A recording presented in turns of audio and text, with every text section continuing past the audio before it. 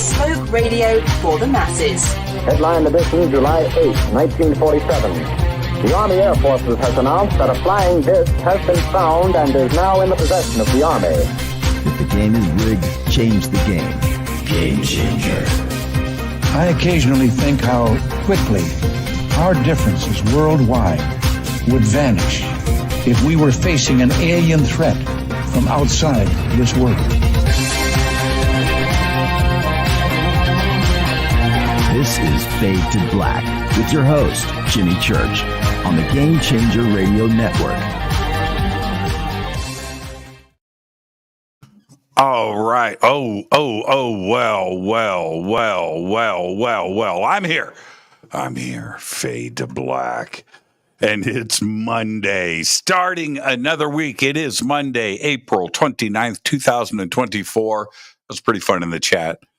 I'm going to blame Bill for that, for the chat. He started it out of the gate, man. Started with the Boomtown Rats, man. Oh, geez.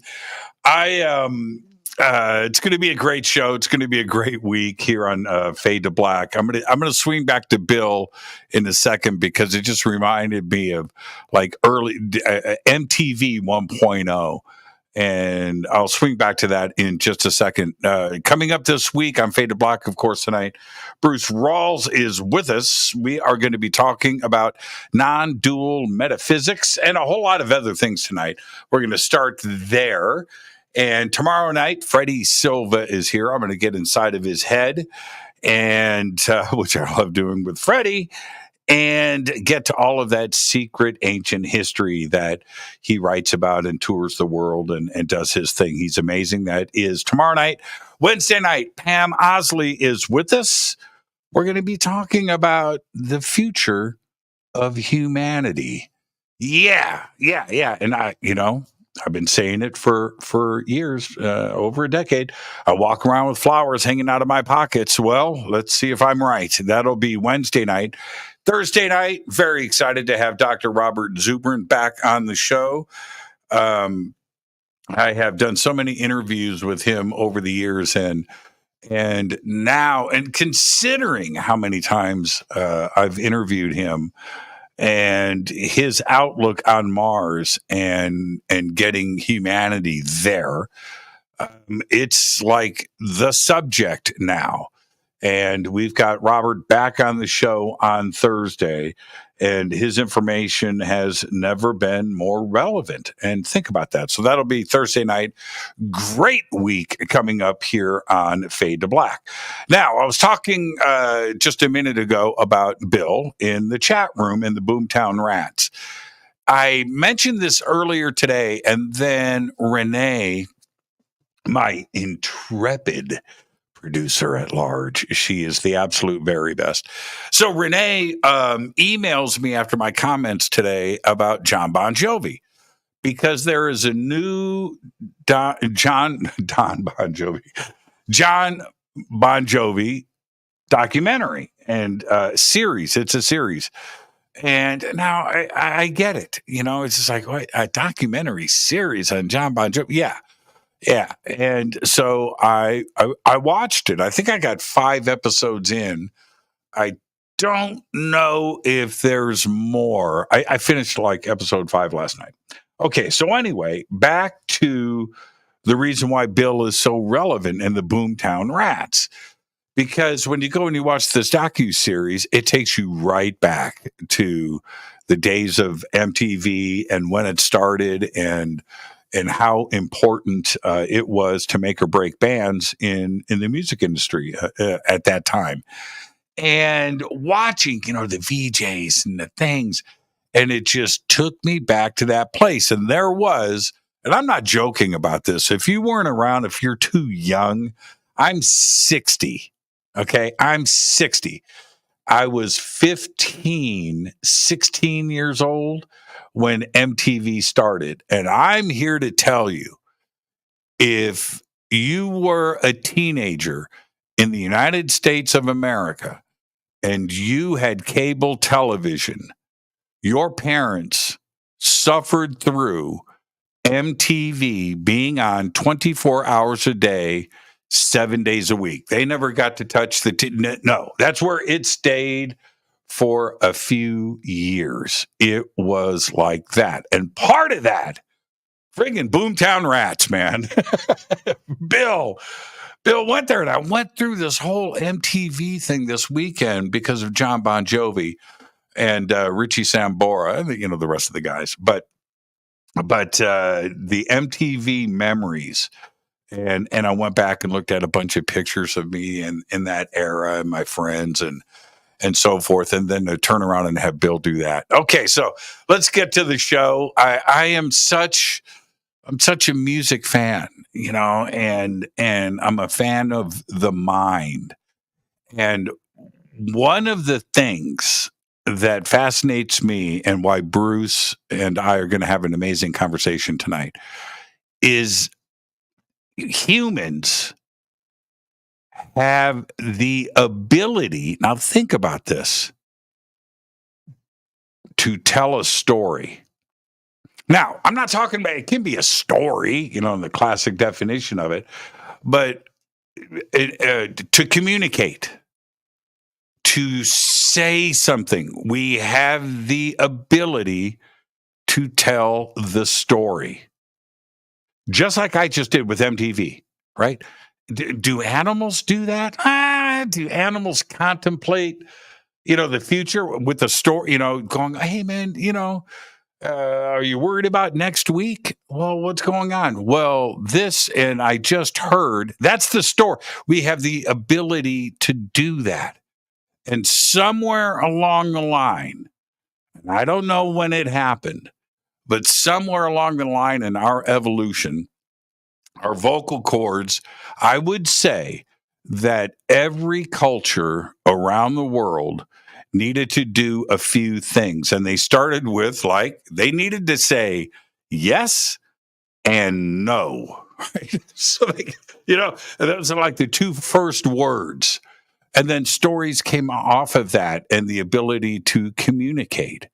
And we're going to talk about all of that tonight, because that communication is everywhere that we look, everything that we listen to, and everybody that we talk to.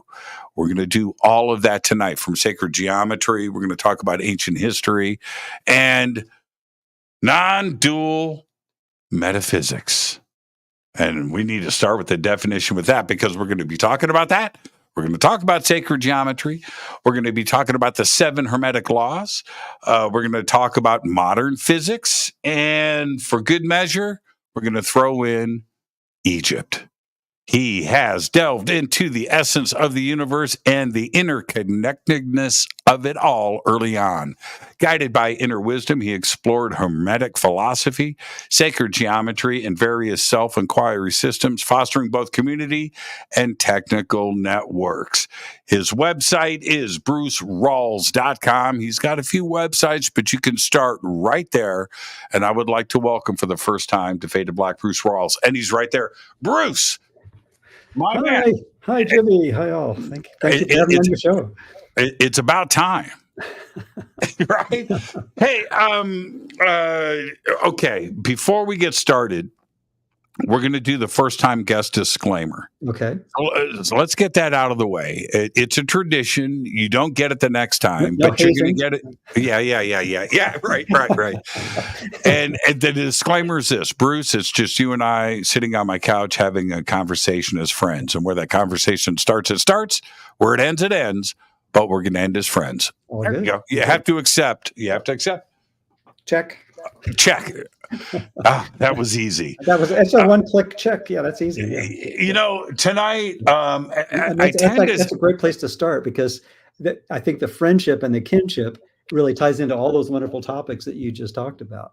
The interconnectedness. But see, wouldn't the world be a better place if, forget the 10 Commandments, just have conversation and be cool, right? That's a good life, right? That's a good life. And if everybody did that, it would just be a different place, wouldn't it? Yeah, I think so. Actually, one of the quotes that comes to mind that I always like to talk, since you mentioned non-duality, and it's kind of like a huge topic, and it probably familiar to some listeners and maybe not to others, but I think there's a wonderful sub-law of Murphy's Law that years ago, before the internet, I worked in an office where we photocopied cool things and pass them around. And one of them was all these sub-laws of Murphy's Law when I worked in a high-tech company in Northern California. And Murphy's Law, of course, is if anything can go wrong, it will. He was a pessimist, right? And then other people say, no, he was an optimist. But right. But then I think the most zen of the 20 or 30 sub-laws on that sheet, which I wish I had a copy of. If anybody runs across it, send my way, please. But was this one called Garth's distinction.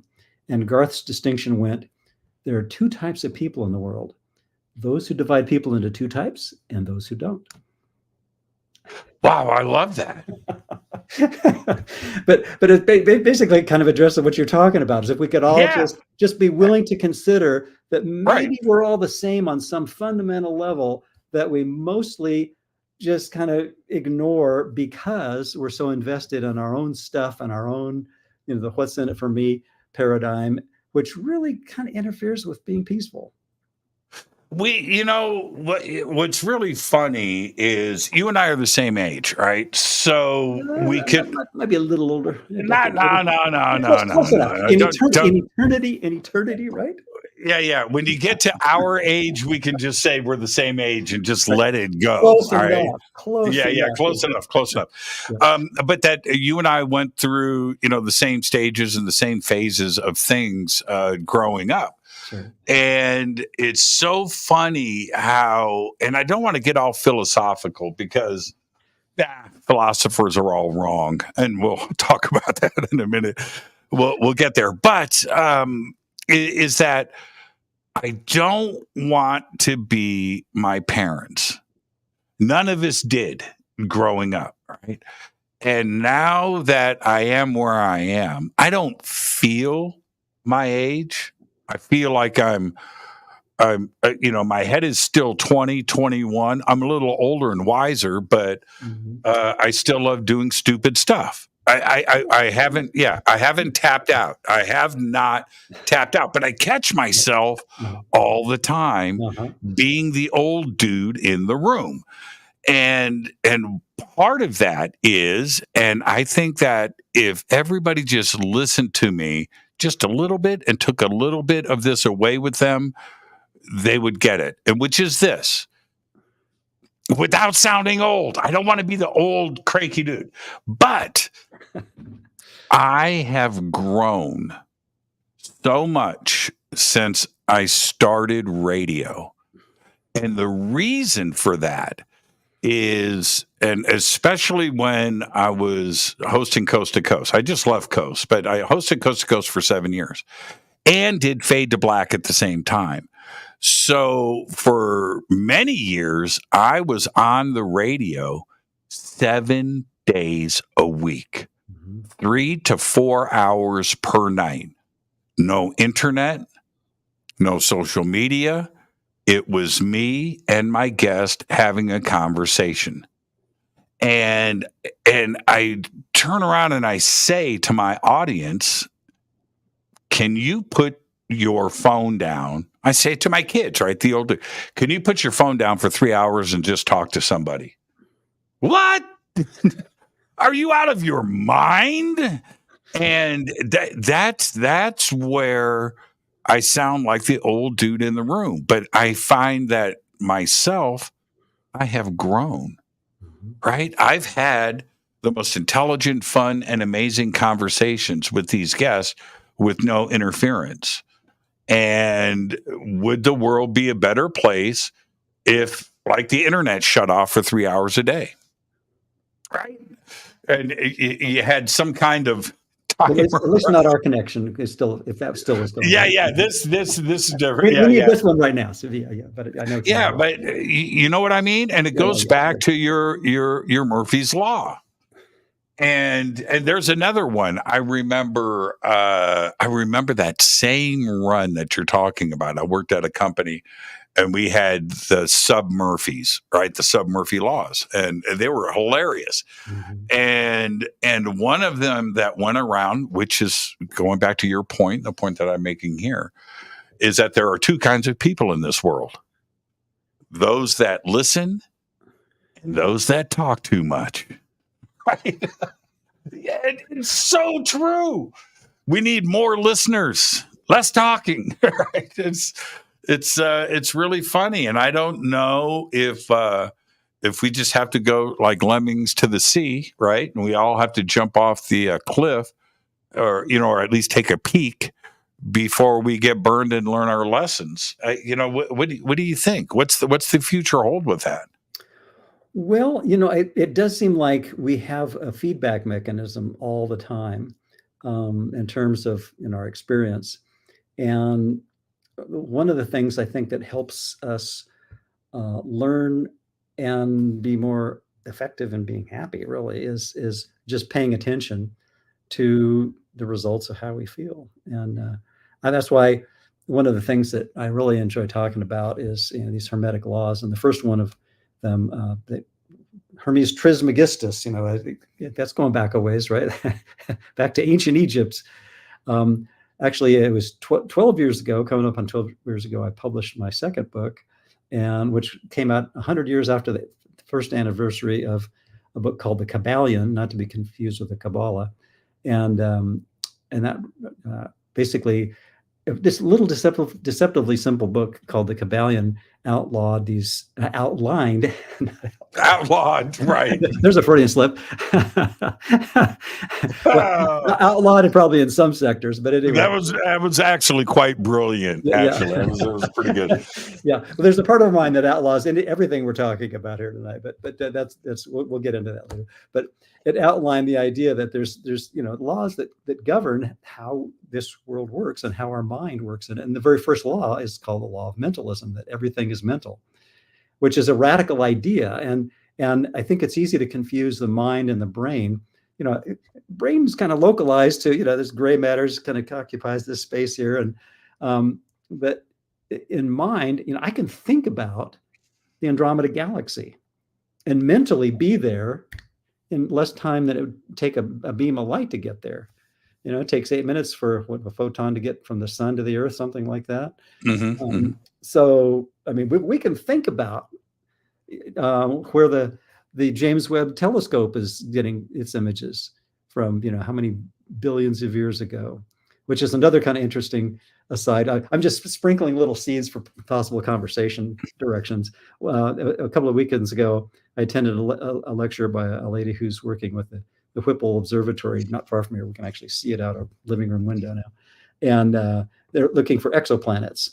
And so I asked her after this really excellent lecture, I went up to her and said, well, what about this stuff that the James Webb telescope is finding now that says that they're seeing galaxies that are fully formed that shouldn't be there because they're looking so far back in time that's like, we might have to revise our theories about the Big Bang because these are fully formed galaxies and they weren't supposed to be quite that far along just yet when looking that far back in time. So it's kind of, we live in interesting times, don't we? I mean, it's pretty fascinating. But the whole thing of the mind, I think, is a topic that modern physics really brought to light with the double slit experiment. It's like if you're expecting a wave, you get a wave. If you're expecting a particle, you get a particle. So what's up with that? So it's like mind could no longer be removed from the equation, right? So to speak. Well, that's where for me, okay, this is just me, Bruce. You can agree with me if you want, but okay. That's where I look at, I follow physics. Mm-hmm. I play one on TV. I play Physicists on TV and I do pretty well with it. Oh, cool. I'm well read into it, but they're hypocrites.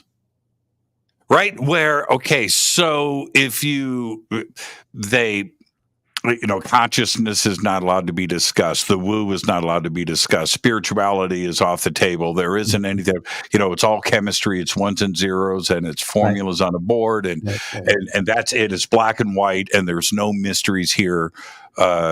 Continue on your journey. Okay. But at the same time, they will tell you can change the state of something by looking at it. Bingo.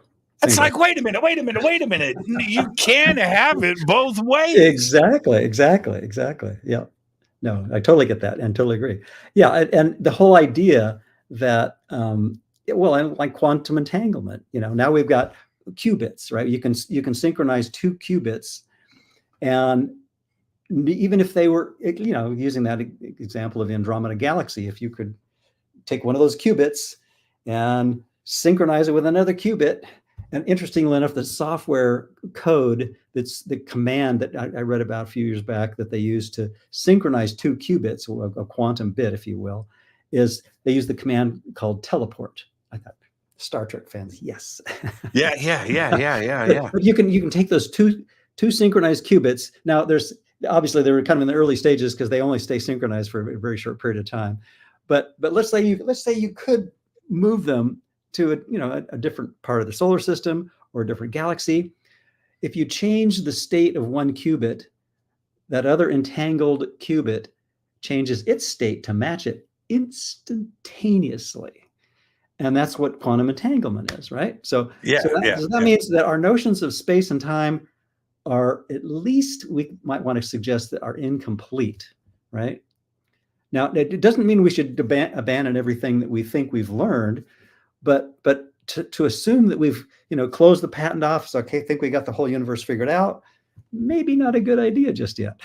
Yeah, well, see, and it's so funny how, and I understand where the work is going, sure. And entanglement is nothing new. Mm-hmm. Okay, this goes back to Einstein and that era and that whole group of physicists. Yeah, that did nothing but fight with each other, but it was great. Yeah. And of course, spooky action at a distance, right? The famous quote. Okay, so we have that part of it, but the problem in the issue that I have is they go so far to convince us how quantum computing works, how the quantum world works, and what entanglement is, and how you can change, how one particle can change the rate and spin of another particle, no matter what the distance, no matter what the objects are in between,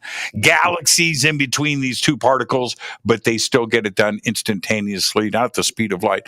And so this discussion continues, and then we buy into it. And then they go, but it's not really what you think. It's not really that. It's not faster than light. Dude, you're telling me, dudette, that it's at the speed of now. Yes. And nothing goes faster than the speed of light, but you're telling me that this does. Well, it's not quite. Yes, it is. It's back to the cake and eat it too, right? Yeah, right. You've already convinced me, and now you want to confuse me even more by saying, but it's actually no. Again, it's hypocritical. Yeah.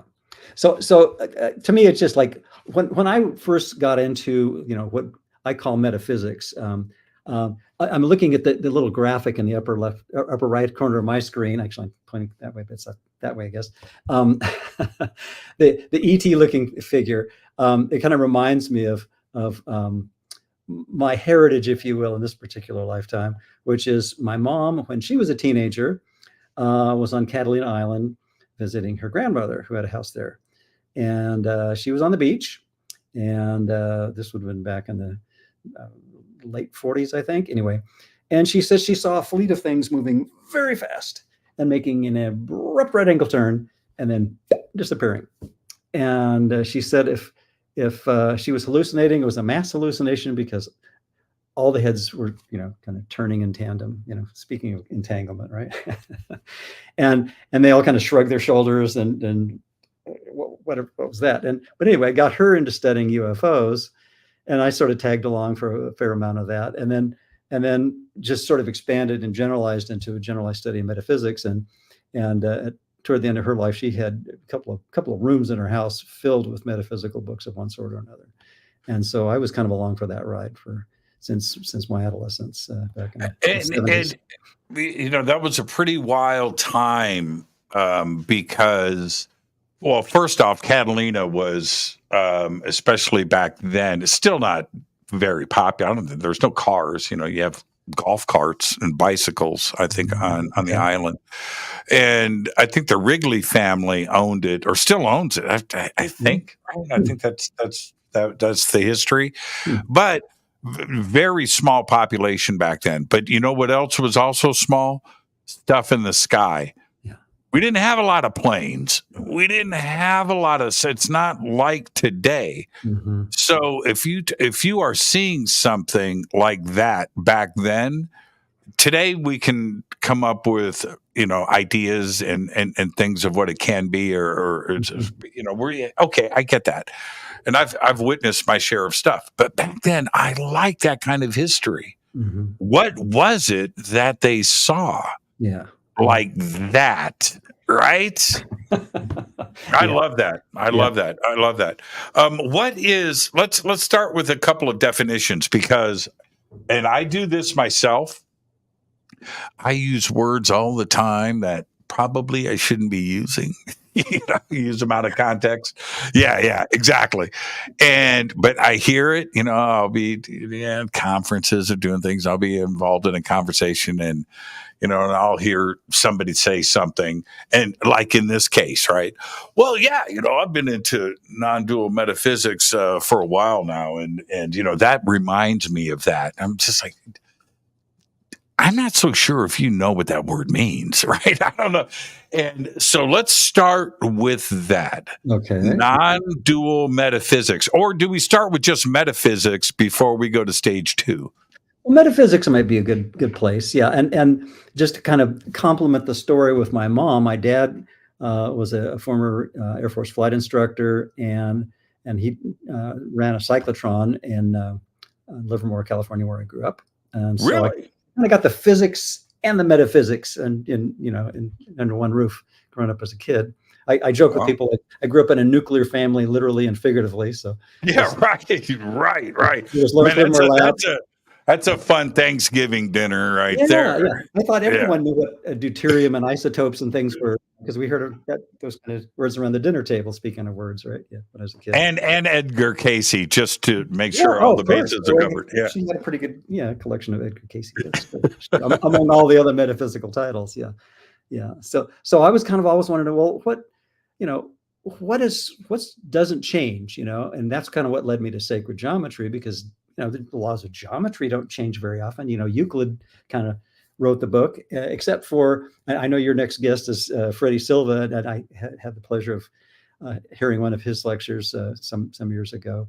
And I think there was a gentleman whose name escapes me at the moment who discovered 5, I think it was, new fundamental geometric theorems by studying cereal grains, crop formations. Which was like the first time since Euclid. It's like, wow. Right. Cool. Hold on. I was just talking about him last week. It'll come to me. Come to me. The name's kind of tip of my tongue, which is kind of how it is these days watching Jeopardy and Lehrberger. Doesn't sound right. But anyway, what got me kind of interested in trying to generalize metaphysics and integrate physics, and where physics I thought was leading from some of the mystical musings of some of the physicists who birthed quantum mechanics and all that, who realized it's like, well, if there's just one thing and we're experiencing it as different things. I threw some quotes in the second chapter of my second book that where I called it Take-Home Lessons from Modern Physics. And here's a couple of those. If quantum mechanics hasn't profoundly shocked you, you haven't understood it yet. And one of the things I think that really shocked them was the idea that there was just this one thing, but we keep dividing it up into all these different things. We call them particles, and quarks to quasars, and everything in between, right? From from gluons to galaxies. Robert Grant, was it Robert Grant? No. Okay. Hawkins, right. I think something Hawkins, maybe. Okay. Gerald Hawkins, I think, might be the gentleman who found 5 new theorems. And this is a few decades ago now. So I'm kind of reaching back in the crop circle archives in my brain. So anyway, but yeah, I just thought that was kind of cool that, here Euclid's, tidy little box of fundamental geometric theorems hadn't been touched for quite a few centuries until this fellow came along and said, hey, I'm looking at the crop formations. I've got 5 new ones here for you. Yeah. Yeah. And do you remember, it's been mentioned on the show now like 5 times in a month. But back in I have a lot of scientists on the show. It's one of the things that I like. The woo leads me back to science, sure. And vice versa. Right. Just like it. Yeah.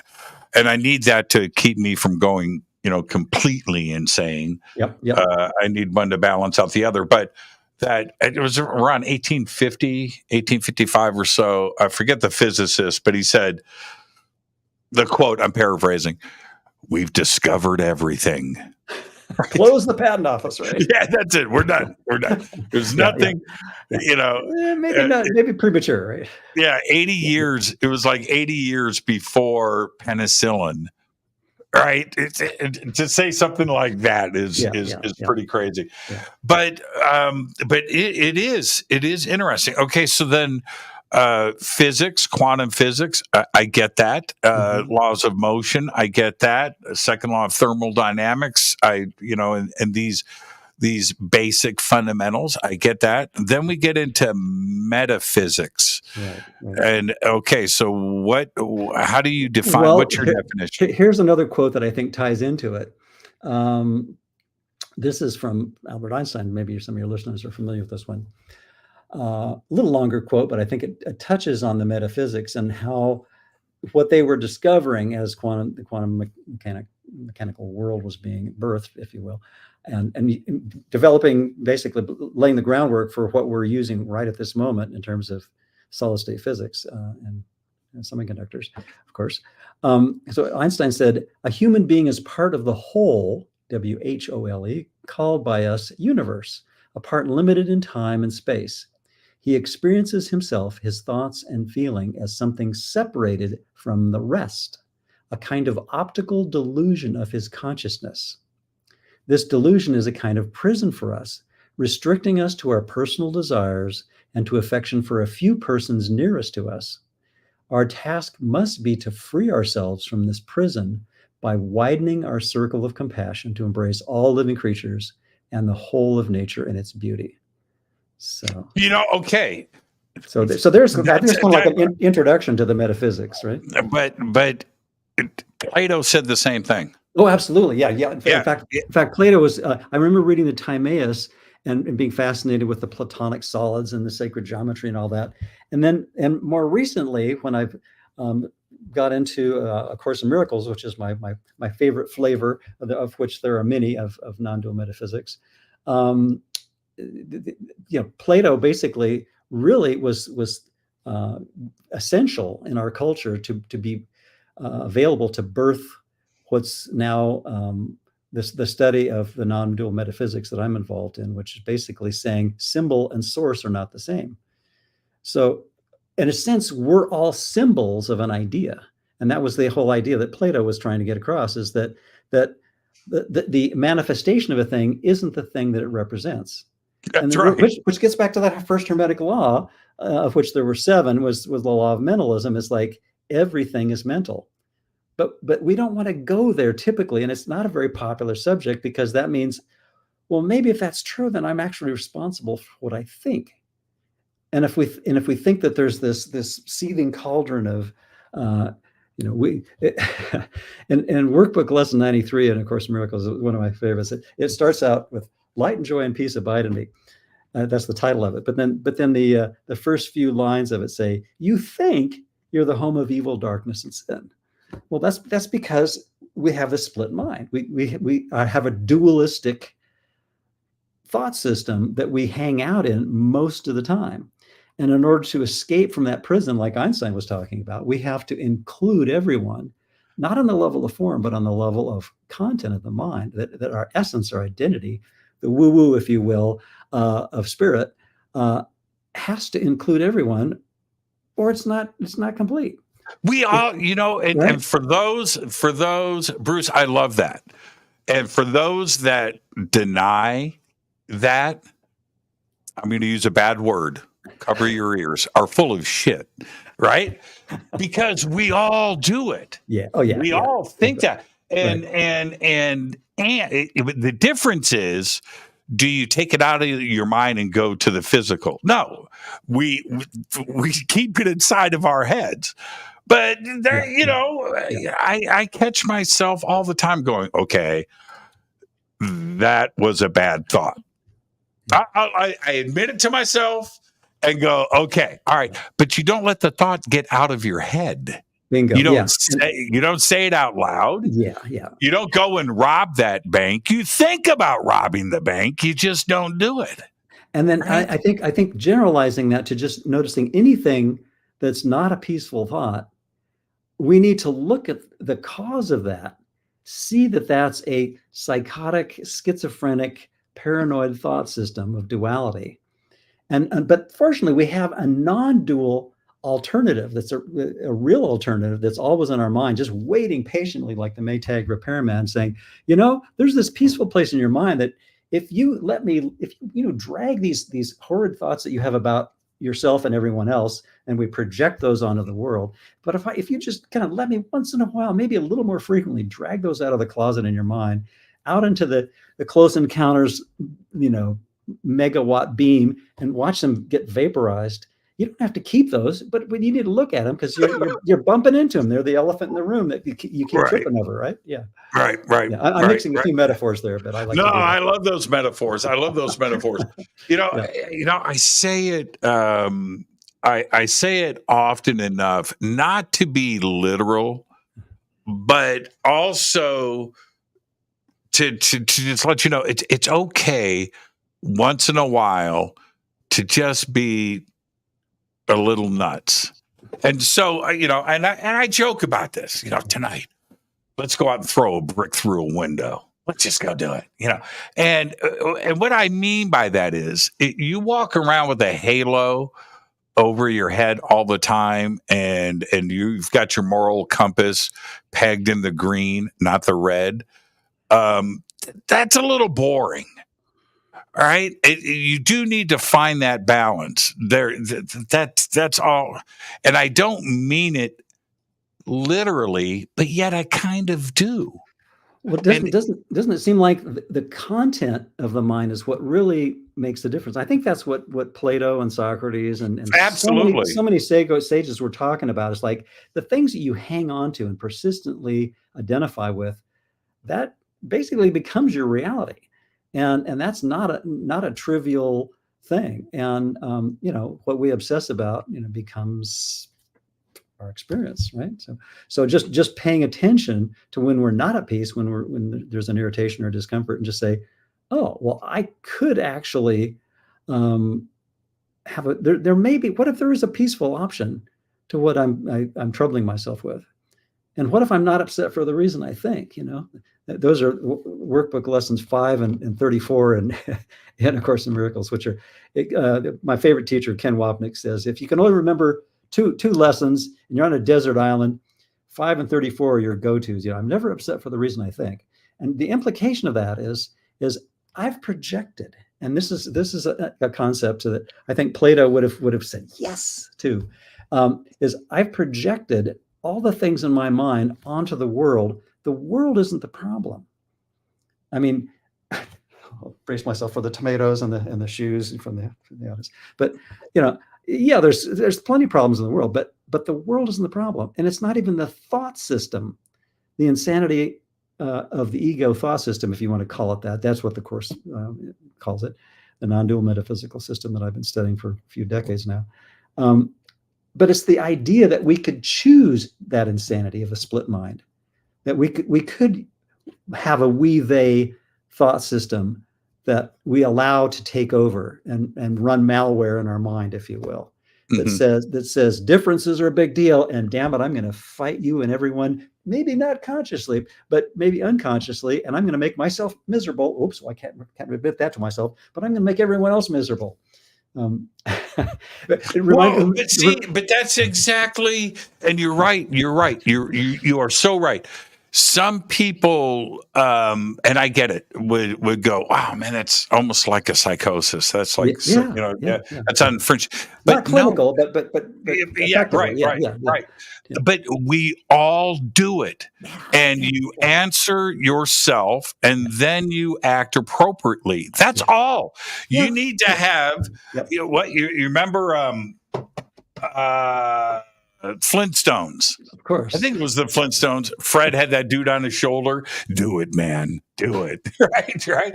And I forget his name, but we all have that, so that goes through our head, and then we go, well, no, that's not a good idea.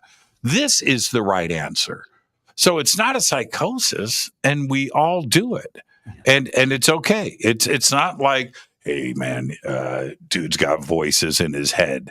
Whoa, and you don't, right? We're all channeling all the time. We're either channeling the thought system of sanity that says, well, what if we're all the same, and I could afford to be kind and forgiving to myself and, as a byproduct, everyone else, or vice versa, depending on how you look at it, or the insanity of thinking, well, it's everyone for himself, and I'm just going to get what I can, like the old Schlitz. I'm not dissing Schlitzbeer, but if you remember the old Schlitzbeer ad, grab all the gusto you can. It's sort of like implied at everyone's expense, right? But what if we're all interconnected? And that's why this geometry code website I put in there is like, well, sacred geometry is one aspect of it, but it's really the bigger picture is kind of interconnectedness. It's like, how could it be that we're not interconnected? And if quantum entanglement is just like a tiny little blip on the radar that's indicative of something much grander, much more huge than we give ourselves credit for with our minds. And one of the premises of what I'm studying, and I think modern physics is slowly but surely inching in that direction, is what if we're projecting a hologram, an incredible holographic movie 24/7 that puts all the production houses that make all the special effects for all the movies to shame, and we call this physical reality. There's some physicists who suggest that we're living in a hologram. Well, sure. Yeah. Well, that's fun. What? Okay, so how did you do that? That was bleeping nuts. That was is that the Zoom effect? There we go. Hey, double thumbs. Okay. For a second there, I peed on myself just a little bit. Just a little bit. I guess it's the 2 thumbs up. Let's see if it works a third time. There we go. Okay, sure enough. The timing of that was extraordinary. No, that's so good. I know Zoom's got a few new special effects. Yeah, but anyway. But you just touched upon this, but I think it's very, very important. Let's expand on it. We think that we know a lot, and we do, but really, in the big picture, no, we know very little. And entangled, just crawling along a leaf on the bottom of a dark pond. Literally bacteria. Literally bacteria. And or a virus, and or maybe we're a virus on top of a bacteria on top of an amoeba in a leaf on the bottom, bump on the log on the bottom of the sea, if you remember that one. Because entanglement, and we think we understand something, right? That's right. Because just that, the basic idea, theory behind entanglement. It's not quite a law yet, right? But it's a pretty solid, it's pretty solid. So, but entanglement, if that is the case, then we truly know nothing. Because everything, how many times can we hear one of our fringe brothers and sisters say that everything is connected in the universe, right? In our community, that's pseudoscience, that's fringe, that's this. But yet, if entanglement is what it is, then we know nothing. and the implications of that are ginormous, and what they could really mean for not only us, but reaching out throughout the entire universe at the speed of now. Yeah, exactly. And just starting right here on good old terra firma, it's like if we can even just a little bit more, each day, question the we-they paradigm, the us versus them thinking, that whole thought system, and just say, what if that's not really working in my best interest or anyone else's best interest? Doesn't mean we invite everyone to every potluck you have, because it gets tough for seating for 8 billion people. But if I in my mind include everyone in, even the ones that we love to hate, pick your favorite political or whatever bad guy, and we all have them, and I may be talking to people on multiple sides of fences, but it doesn't matter. I mean, as long as there's a we and a they, we're kind of missing the point that well, what if I need to look at where I'm dividing, where I'm one of those people in Garth's distinction that's dividing people into two types. And why did we get stuck in that? I mean, the fabric of humanity is and has always been being different. That's it. Yeah. Right. Yeah. And all of a sudden, especially in the last 20 years, and I'll say in the last 10, it's out of control now that suddenly if something and somebody is not the same as you, then they are wrong. And that's become normal. How did we spent 100,000 years trying to get it right, and we've just literally pulled on that thread and are just starting to undo everything that the ancients already had a foundation on, going back to Plato and sacred geometry in ancient Egypt. Yep. You walk around and you look, they got it. Yeah, they did. They had it figured out, didn't they? Well, I think every one of us has that understanding in their mind, and it's just sort of like that Maytag repairman again. It's like, well, just waiting for that phone to ring. That there's that part of our mind that's waiting patiently, serenely, calmly for us to consider, well, what if that impulse to say yes, to every fight that's being offered, and just say, I could sit this one out. Maybe I could just look at my knee-jerk response of wanting to get into it with come out with swords brandished and shields in place. It's like, what if I'm really fighting myself? And if that's the case, if we can expand our identity, that's why the first chapter in the second book I did is question of identity. If our identity expands to include those that we've disenfranchised, that could change a whole lot of things. And it really isn't about changing the world. It's about changing the world in our mind. And I think that's where Plato and Socrates and some of the modern mystics, like Muji and Nisargadatta, Ramana Maharshi, there's a whole bunch of people that who've covered that turf and express it in different ways.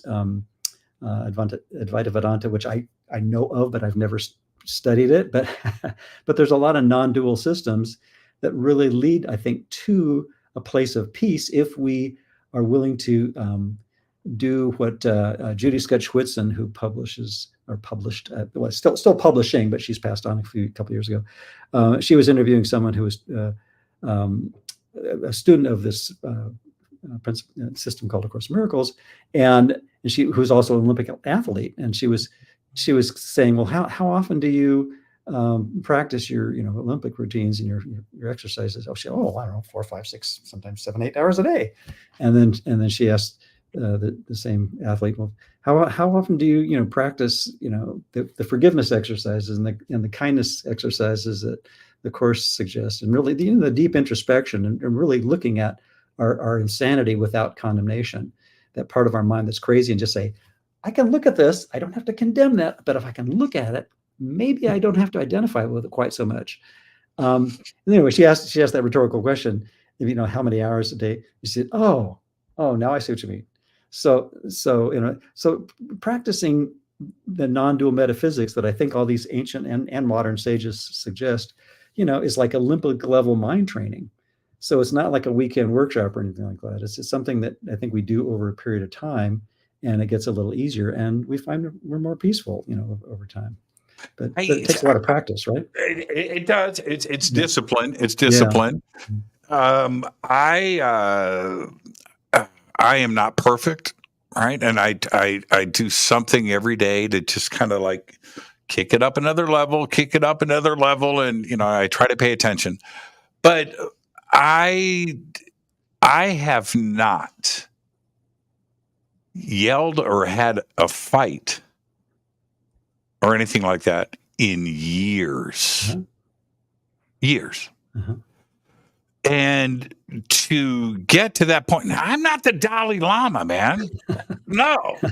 I got a Harley sitting out there in the garage, and I'll kick that sucker up into 100 miles an hour in front of a cop right now. Okay? I'm not saying I'm a saint, but you know what I mean? I haven't done that. And so over the weekend, this is practicing. This is getting slapped upside the head by the universe. I decide I get 9:00 at night. There's a cool movie on Saturday. I went, okay, I'm going to watch this, but I'm going to go and get some chicken, some Southern fried chicken. And I'm going to get macaroni and cheese. I'm going to get red beans and rice. And I'm going to do this. I'm going to do that. And I'm going to come back and I'm going to put the spread out. I'm going to watch this movie. Okay. So I go. And in front of me, I went to Popeyes. I'll just tell you, I went to Popeyes. And I never do that. I don't do fast food. But you know what? I do what I want when I want. I don't stress. So I go and do this. And I'm at Popeyes. And 2 cars in front of me, this guy is sitting at the order window. And I'm not joking.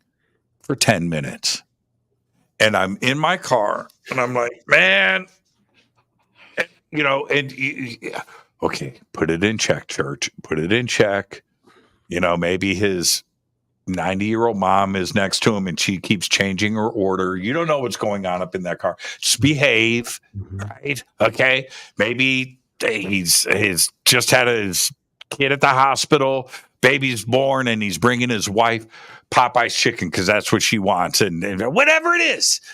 But and I'm like, man, feeling a little negative. I'm not digging it. Finally, he pulls through. Car in front of me. 10 more minutes. I'm like, what's wrong with this dude? And I'm ready to get out of my car and go up and go, okay, you need me to order for you? I'll pay for it. These are the thoughts. Then I pull up. Guess what? Speaker's not working. That's what it was. Oh, right? And the guy, and so I'm sitting there for 5 minutes with silence. And the guy finally comes on. Hey, man, the radio's broke. Okay, we got it working again. Sorry about that. Can I take your order? And I'm thinking to myself, I deserve everything that's happening right now. Right? All of it. I felt like such a meathead.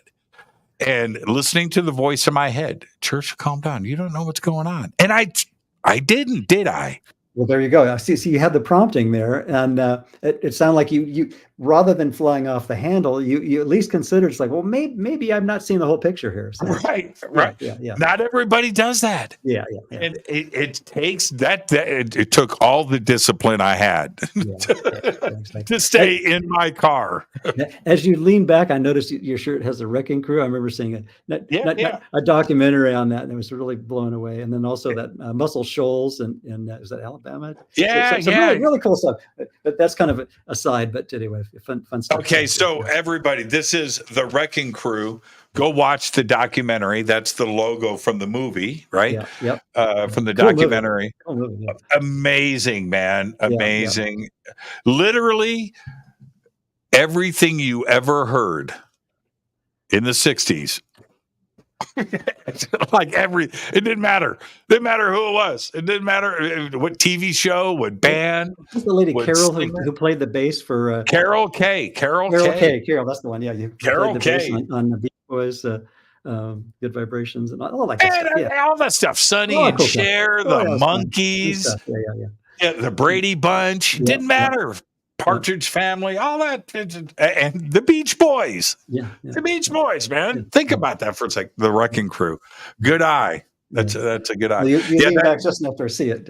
And what's your shirt say? People have been this is just a canoe shirt that my wife got me when she and her sister went back east. So. Somebody wrote in here, is that a beaver canoe T-shirt? It was at the beginning of the show. Really? Okay. Yeah. So I know nothing about it. My wife got the shirt for me when she was on the trip. It's a big audience, and you can't get anything past anybody on this show. I figured that out a long time ago. Yeah, okay. I just let it go. But so back to this. It does take a lot of discipline. Yeah, but it's supposed to be a gentle discipline, I think. It's not like a crack the whip. It's just like, I need to be kind to myself. If I'm kind to myself, I'm going to watch without incrimination. I think it's that without condemnation, without incrimination. It's that the gentle observer, the dispassionate observer that really. Somebody just said it's a fabulous Canadian company shirt. Yeah. Okay, cool. See, I like the shirt. It's very cool. You got to get up early in the morning to get one past this audience. Let me tell you something. Very cool. I think I can sneak something by. And no, it doesn't work that way. Now, but here's the other point, I think, to all of this. The ancients had no distractions. You think so? They didn't.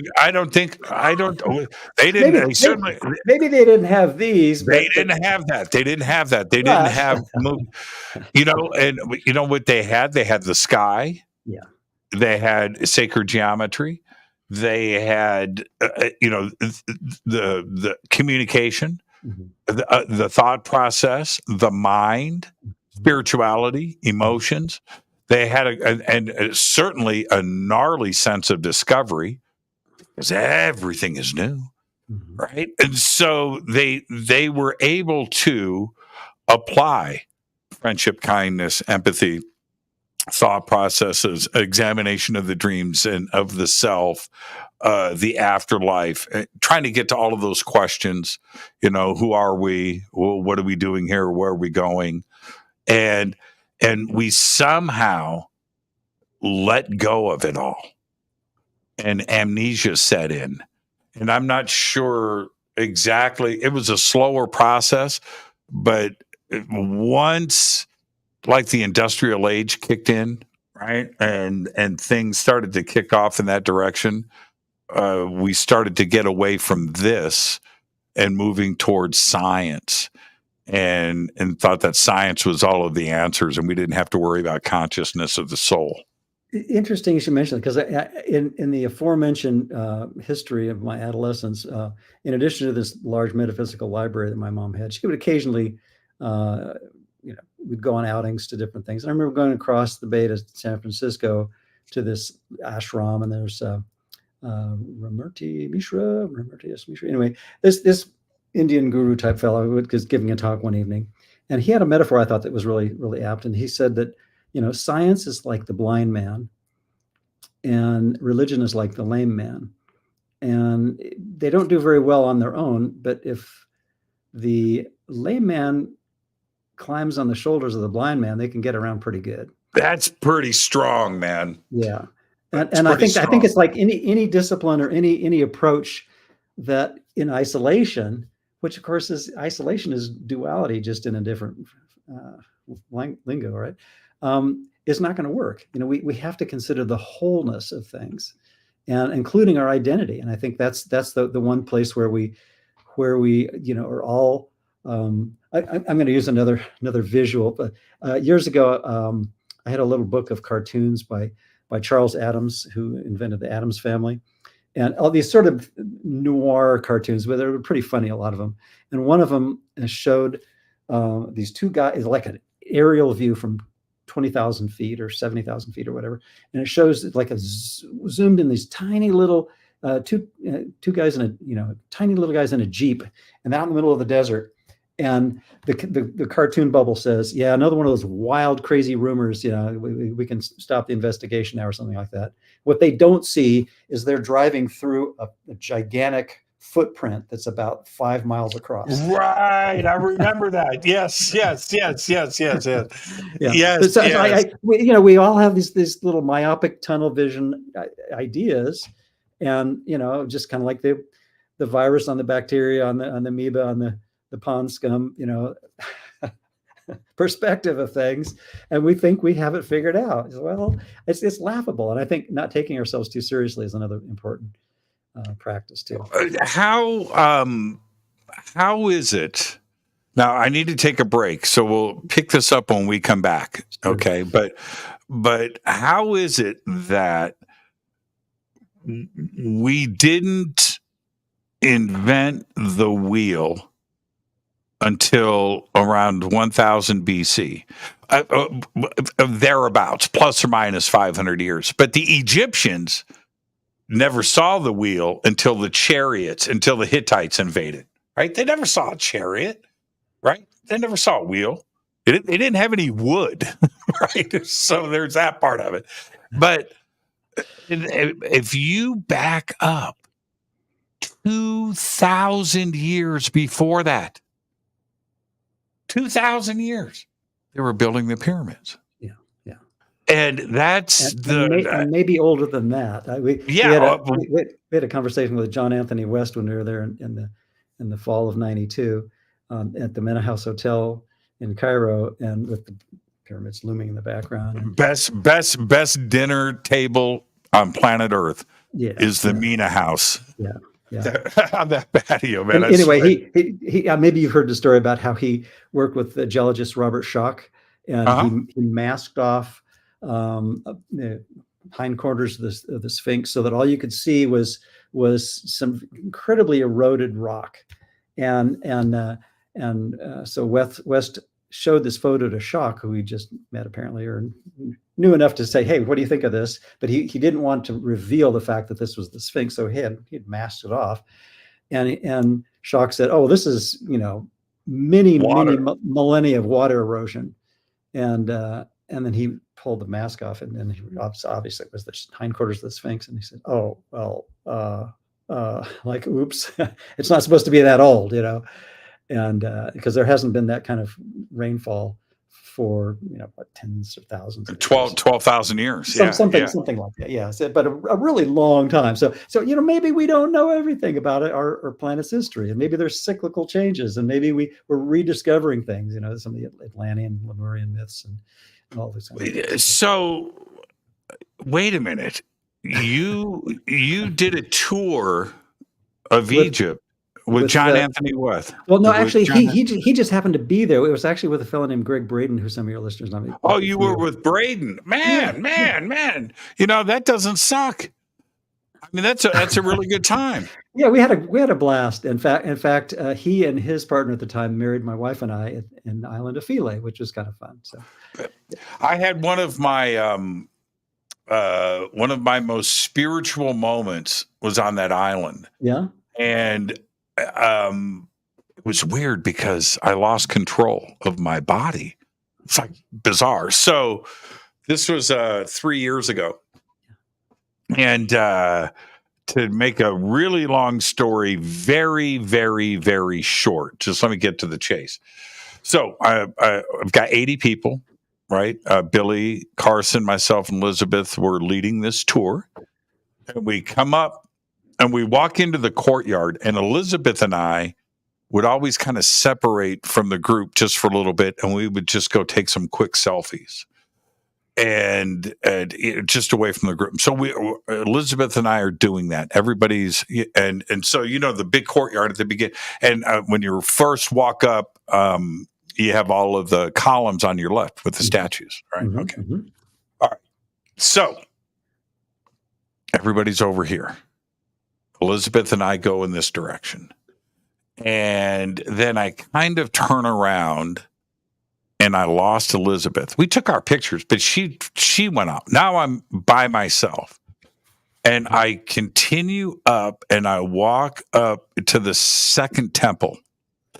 And it's so beautiful up there, right? Okay, so anyway, I walk in and I look at this carving. There's some kind of thing on the wall. It doesn't matter.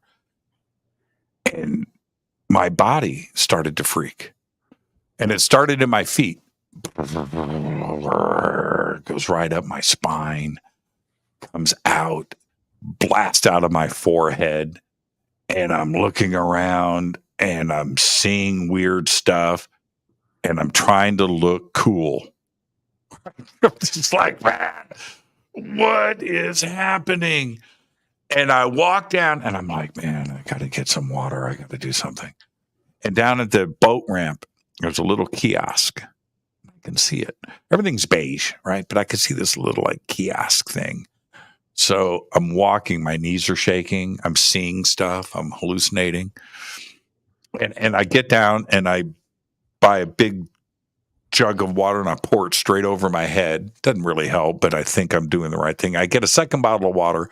Then I walk up to the cliff and by the second temple, and I hang my feet off of the cliff and I'm looking at the Nile and I just go through this phase. The whole thing lasted probably 45 minutes, half hour, 45 minutes. Mm-hmm. It was the craziest, most spiritual. I don't know what I looked at. It's that symbolism that you were talking about, right? It's like right there. Whatever it was triggered me. Mm-hmm. I don't like losing control. I don't, but it was pretty fun. It was pretty fun. And it was personal. People ask me all the time, so what would you see? No. That's mine. You know, I own it, and it's going to stay right there. But it happened on that island, and that's where you got married. Wow, it's really cool. In the Hathor Temple, actually, yeah. That's where it happened. Yeah.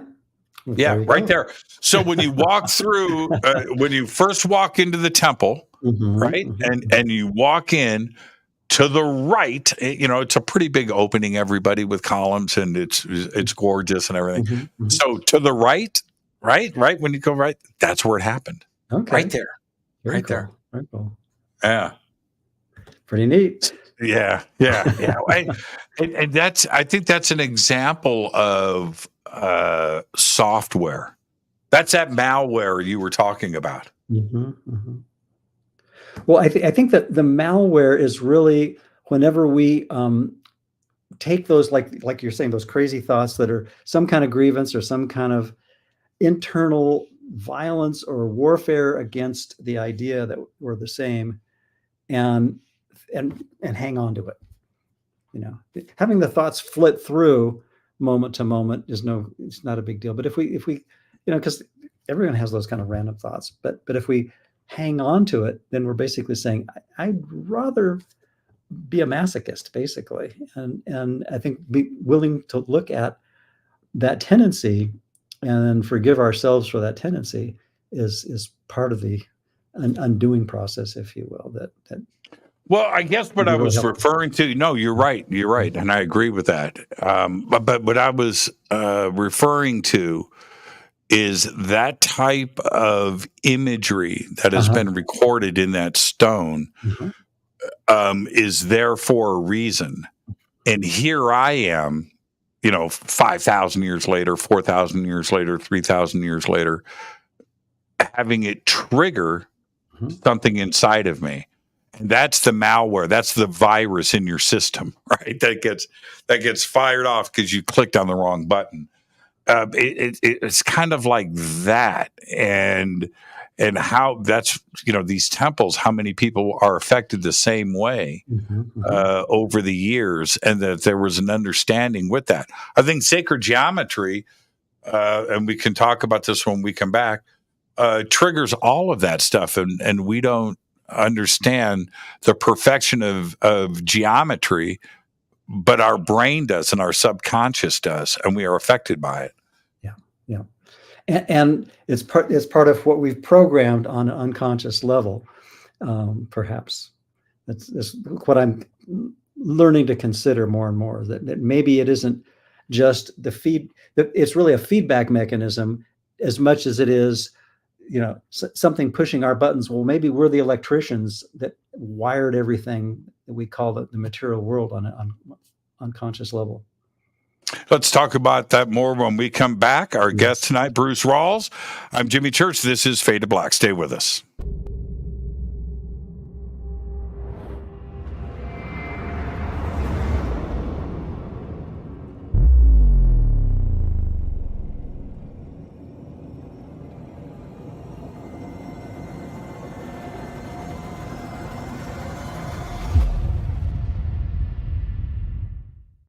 Subscribe to our YouTube channel to get your alerts and access to over 2,000 videos. Click that subscribe button right now.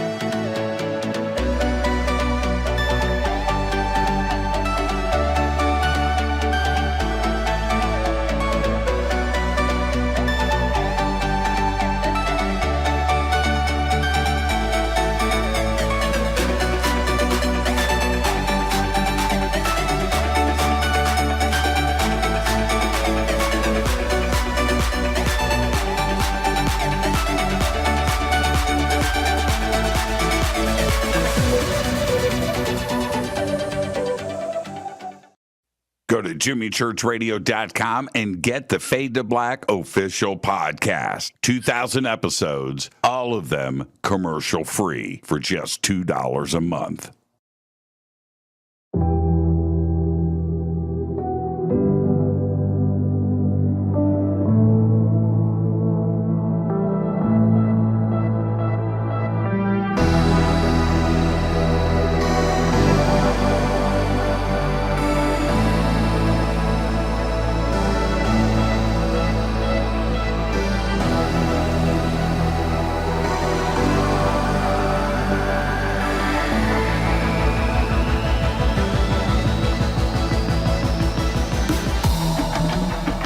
This is Jimmy Church. Please visit and explore Egypt this October 3rd through the 14th, 2024 with Billy, Elizabeth, myself, and very special guest and the #1 podcaster in the world, Sean Kelly. It's simple to do. Just go to forbiddenknowledge.com and click on upcoming tours, or click on the link below. We'll see you there.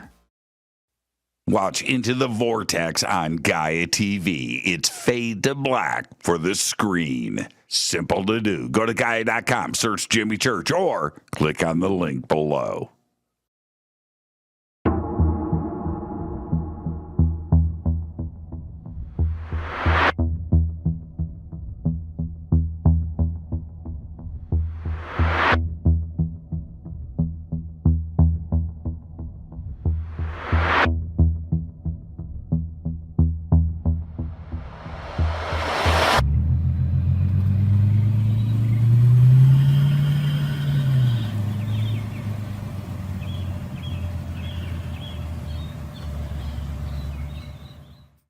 Follow Fade to Black on Twitter at JChurchRadio. Get all of the show updates every single day. It's now called X, but who cares? How you doing? Jimmy Church here. Special announcement. Get your Fade to Black T-shirts. That's right. Help support the show. Help support everything that we do over here. We've got 2 T-shirts. We've got 2 ways to get them.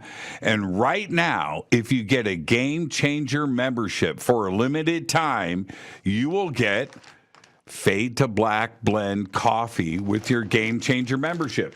That's right. We have 2 T-shirts. We have the original, the classic Fade to Black T-shirt. You know you want one. Post a picture. Send it to us. We'll put it in our Fade to Black gallery. And we've got the new official Fade to Black T-shirt. drawn by Michael Oeming. 2 T-shirts, 2 ways to get them. Get yours today. Everything is in stock. Everything gets autographed. Everything includes shipping. And you're going to get a tracking number. And with the Game Changer membership, you get an email to me. You get unlimited commercial-free downloads of the show. Those are uploaded every single night after the show to the website. So don't delay. Get your Fade to Black T-shirt today. Go Backley Tappy. Go to jimmychurchradio.com and become a Fadernaut. Get a membership. That's right. Everything is commercial free. You have access to downloads, and you get to call yourself a Fadernaut. River Moon Coffee, makers of the Fade to Black blend. Truly the best coffee on planet Earth. Just visit rivermoonwellness.com or their Amazon store. It's all simple to do. You can check out the Fade to Black blend, the Game Changer blend, or any of their Black Moon Wellness products. It's the only coffee I drink. It is the best, and it's Doc. Again, rivermoonwellness.com.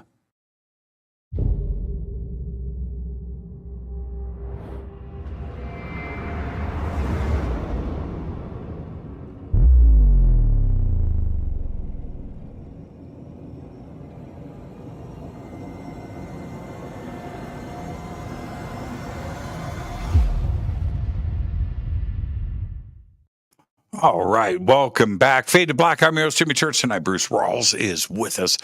One of those conversations tonight. And Bruce, I want to talk about Brian Greene for a second. And I'm one of his biggest fans, all right? But I also see through him. And you have a quote here from Brian that I reference a lot too. And I love that you have it here. And it is this. It's a quote. The boldness of asking deep questions may require unforeseen flexibility if we are to accept the answers. And Brian, I think Brian is more spiritual than he wants or can express publicly. Right? That statement right there is exactly true. It's exactly true. And he almost goes there a lot. Right? He goes up to the line. He doesn't cross it, but you can tell that he wants to. And maybe he's getting there in his age. You know, at some point, I think all physicists start to talk about mortality and spirituality as they get older, but in this funding environment, they just can't. Yeah, but yeah. Why is it? Physicists are really, really smart, and they have to think about the same things that you and I do: consciousness and the universe and the deeper questions. Why don't they express it publicly? And Brian is getting closer.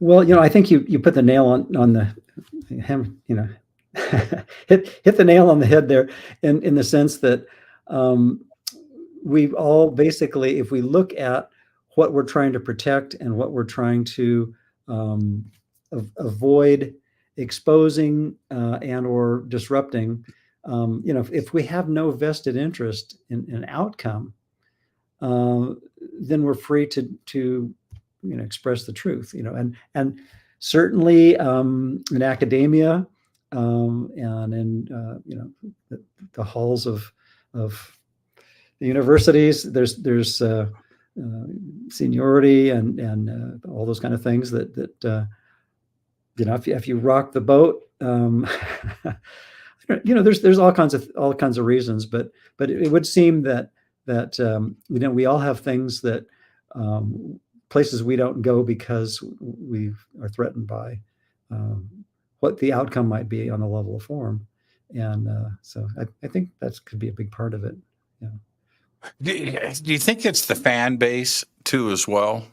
when you become a rock star in the world of physics, that you don't want to upset your fan base out there too as well. You have academia, of course. That's a direct thing that's sitting in front of all of them. But then there's the other part, right? And you spend so much time focused in a certain direction that your fan base goes with that too as well. And you can't just one day suddenly be somebody else, because you're going to change. You've got the blinders on. Yeah. So, well, wasn't Socrates accused of corrupting the young with these ideas about the mind? I mean, it's not like a new thing, this bucking the status quo, which of course, the another example that comes to mind is of that. Perhaps that example is Helen Schuckman and Bill Thetford, who were the two people that brought forth the non-dual metaphysics of A Course in Miracles. They basically went into the office within their office, their inner sanctum, if you will, to refer to Egyptian Ptolemaic temple architecture. Locked the doors, pulled the blinds, and started getting this channeled material. And because they didn't want to be known for that, and Helen would have been mortified while they were doing that, if that had it would have ruined her career. There's this spiritual psychology. What's this all about? This was just not. Wouldn't be proper, kind of thing. But I think that's true in a lot of areas. That but the irony, of course, is the first few lines of that the introduction of that is, nothing real can be threatened, nothing unreal exists. Herein lies the peace of God. And so the part of our mind that really understands on a deep level, whether we're conscious of it or not, that our intrinsic oneness, our intrinsic sameness, is really the way out of the hell that we keep projecting. Is that understanding is being fought back by the part of our mind that says, yeah, but I've got turf to defend. I've got some issues. And it's the part of the mind that says, is this a private fight, or can anyone join? And we'd rather be fighting than backing away from it mentally, maybe not physically, but mentally, and just saying, maybe I could rethink this thing. Well, shouldn't okay, shouldn't it be required to get a degree in some type of physics, whatever field you want to be an expert in? Shouldn't it be required that you have to visit like 3 ancient sites around the world? Right. Well, I don't know about the requirement, but it might be, enlightening for a lot of folks. Yeah. Right. They would look at things a little bit differently, I think. You go to the Assyrian, or the Serapeum, or the Great Pyramid is the Bent Pyramid. Go there, and then go and study. Get your algorithms together. And understand. But go and see what was accomplished, and try to figure out in your own mind. You don't have to, but how that got done. That's I think it would change a little bit. I think it should be required. I really do. Yeah. Well, when we visited the Great Pyramid with Greg Braden, and there was 21 of us in the fall of '92, I remember I read Peter Tompkins' book in the early '70s, The Secrets of the Great Pyramid, and it just fascinated me. And I was thinking, I'm going to take a piece of paper and see if I can fit it between, 2 of the limestone blocks there. Nope, I couldn't do it. It's like, but you look at the masonry, and I didn't really memorize the book, but there was a lot of facts and figures, and that just fascinated me. It's like, well, we couldn't replicate that technology today. And the descending passageway for the first 50 or 100 feet, something like that, anyway, is so perfectly aligned that the only way you can measure the accuracy and the alignment is with a laser. So I was like, go figure, right? But there's a lot of incredible geometry and math and physics and astronomy encoded in the pyramid.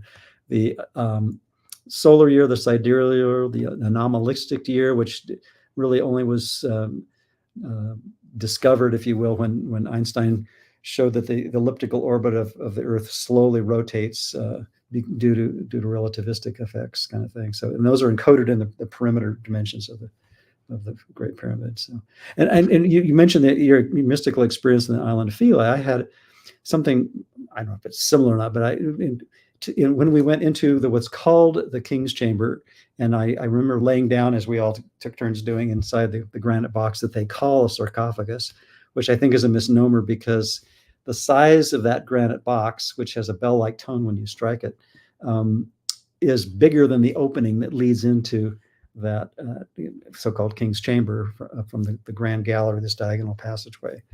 So it had to have been built in place around that box. It wasn't hauled in afterwards like a funerary rite might suggest. But anyway, I remember we all took turns toning with this party we were with Greg Braden. And I remember feeling like 1,000-voice choir was singing through me. And it was kind of like, wow, that's kind of interesting. But then I realized, reading other accounts, other people had similar experiences. So not only was it not unique, but then I realized that there was a place in my mind that I could go to that was independent of that structure. And, by all means, and I saw your ad for the tour. It sounds like that sounds kind of fun. I wouldn't mind going back there because there's some pretty amazing stuff there. But to me, the take-home lesson was, in some ways, if we can figure out how to go to the places in our mind where we have the peace that we want, independent of the geography, independent of the space or time, I think that's the freedom that we're really all looking for. And another example of that was, I remember years ago, a musician in Los Angeles named Paul Beaver. Do you ever hear Beaver Krause? That ring a bell? Anyway, he was doing a lot of Moog synthesizer work for studio musicians in the 70s and 80s. And I got into synthesizers big time, and I rented some studio time in Mills College in Oakland and on Moog and Buchla synthesizers and in the old analog days, and had fun with that and built a little analog synthesizer just for fun. And didn't get very far with it, but I had fun with it. Anyway, I suggested the idea of recording electronic music in the Great Pyramid, like Paul Horn had done, and didn't end up doing that. But years later, did the toning thing. But anyway, one of the things that Paul Beaver introduced me, was this little biofeedback unit called Alpha Metrics. And it was just like a little alpha wave trainer. And it was just a little early analog circuit that created a warbling tone in an earphone with a couple of electrodes on the forehead to pick up the brain waves. And when you were in a theta rhythm or an alpha state, it would basically, you'd hear that rhythm, and then the feedback that you got, the biofeedback, would basically train your mind to recognize, your brain anyway, to recognize that relaxed state. But after a while, I realized that, I can go to that state without the device. So I was thinking, that's the idea, is to generalize and figure out how to not be dependent on the specific. And I think that's something Plato would have loved. The symbol, which in this case, the experience I had in the Great Pyramid, or the brainwave pattern of relaxation and calm that I experienced with the alpha brainwave trainer, I realized that, I could go there without that device or without that geography. And I think that is akin to the idea of the non-dual metaphysical principle that, the cause is not the effect, but without the effect, you don't have a cause, but the cause is independent of, in other words, the real cause that I think we're looking for is something that's independent of the form. It's really the content and the mind that is what we're looking for, and it's the content of a non-dual experience, if that makes any sense. I know that sounds all very abstract. Yeah. No. It's actually quite simple, and you could apply that to literally anything. Yeah.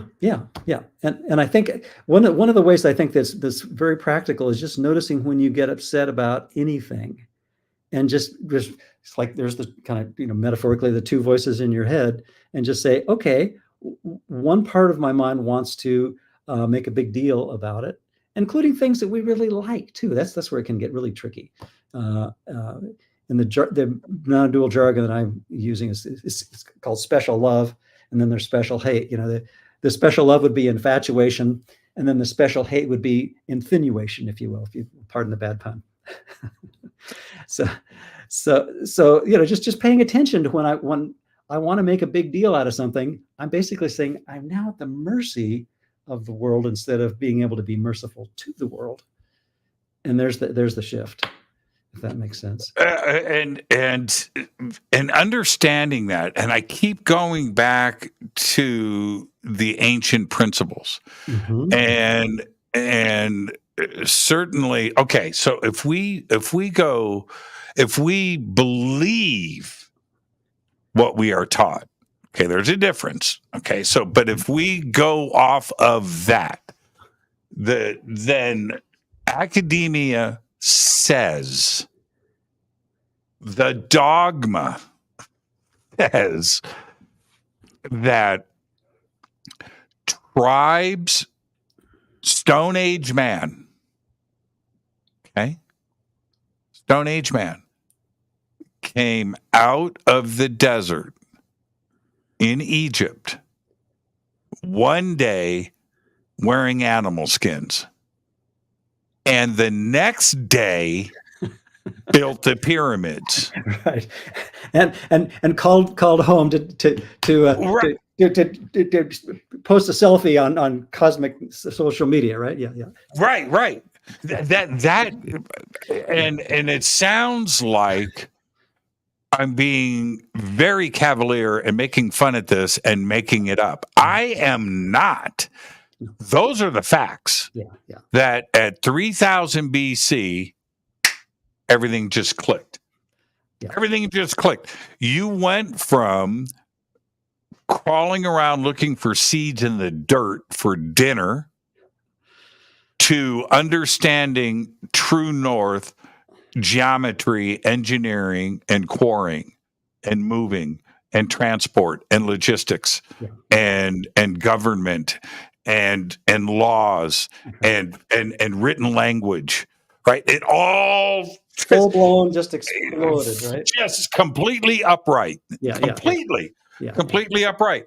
And I've got serious problems with that. And I think that the rest of us now know that something's not right here. It was a much slower process, number one. And number two, somebody was teaching somebody something. You don't just invent all of this completely and go from a tribe in the desert to a fully functioning, upright civilization with all of the goods the next day. It doesn't happen like that. Not typically, no. Yeah, couldn't agree more. Yeah, and the whole idea to me is like, well, what if we have the potential to do all these things that we now watch on Star Trek, and some of these we're already doing. I mean, like I picked up my cell phone a moment ago. It's like, well, that's no different than Kirk talking to the surface of the planet with his little flip communicator, right? I mean, that was sci-fi in the 60s when I had to beg my parents to stay up to watch Star Trek, right? So when it first came on. But yeah, it just kind of doesn't add up. This how could that suddenly have appeared full blown and full blossom without some sort of precursors? Yeah. Let me ask you about this. When you go to Aswan, and I think one of the best examples of this, besides Baalbek, Ollantay Tambo too in Peru is pretty insane. Well, most of Peru is pretty insane. But when you go to Aswan and you look at the unfinished obelisk, and you really, really observe it, and then you are forced to asking the big questions, because you can look at it, you can see it, it's ginormous, massive, right? Yeah, massive, massive, and it is like 99% complete. Yeah. Okay, it's done. But that's fine. But what was the plan? Right? What was the plan? Well, obviously they were going to get Yoda out there, and he was going to go like this. Right. What was the plan? And lift it out and right. levitate it into place, right? So, yes. What was the plan? I can see it. I can visualize, everybody carving this. But what was the next phase? Right. Yeah. What was the plan? How were you going to get it out of this hole? Just that. How are you going to get crowdfunding, right? Crowdfunding. I mean, that is just insane to me. Oh, I know. It is. Yeah. There's so many questions that are raised with some of those megalithic sites. I haven't been to Peru, but the little bit we saw in Egypt was just like, yeah, there's a lot of questions that the conventional theories just aren't. That's why physicists. I'm serious. Physicists has to go to Aswan. Yeah. You have to go to Aswan and just ponder that. Just take a look. Just a few minutes. That's all you need. Yeah. Just take a look at that, and then you can go back to school. But you need to really take a look at that. I mean, what was the plan? Because if we, I like the Yoda thing. That either they had something that we would almost define as magic, right? Mm-hmm. They had something going on there sonically, or literally some mechanism that we don't currently have. Yeah. Right. Either it was that, or there was no plan, because hobbyist obelisk, right? Yeah, right. Hobbyist obelisk. That's a book title. That's a book title right there. Because it just doesn't make any sense. Like, the brain really has a hard time wrapping it around, because we know the size of a ship, that would displace 1,000 or 1,500 tons. Do you know how big of a boat that is? Well, that won't sink? Us viruses on the bacteria's backs, on the amoeba's backs, really probably need a bigger perspective in order to understand our planet's history, let alone the real bigger picture, right? So, yeah. Well, we didn't try. We do. And you and I and others, we discuss this. We are not planting a flag here. This has been in so many books and so many movies and discussed and documentaries. But until you go to Aswan yourself and actually see it, and you look at the Nile, it's right there, right? And you're looking, you're thinking, what boat? What boat is this big? Okay. All right. So let's suppose they built 1,000-foot boat, some big thing, okay. Let's say they had that. How are you getting it from here to there? Superhuman stevedores. I just don't get that. I know. Yeah. The forklift design would have to be pretty impressive for loading and unloading, if nothing else, right? How does and I know you've thought about this a lot. How does a tribe, if we go back 5,000 years, how does a tribe, if we go with academia, okay, but I'm getting into your mind now. How does a tribe understand sacred geometry and the golden ratio and different geometry theorems that didn't happen for a while, but had a firm grasp on it then, proportions and these understandings? How does a tribe create that, or does it come from somewhere else?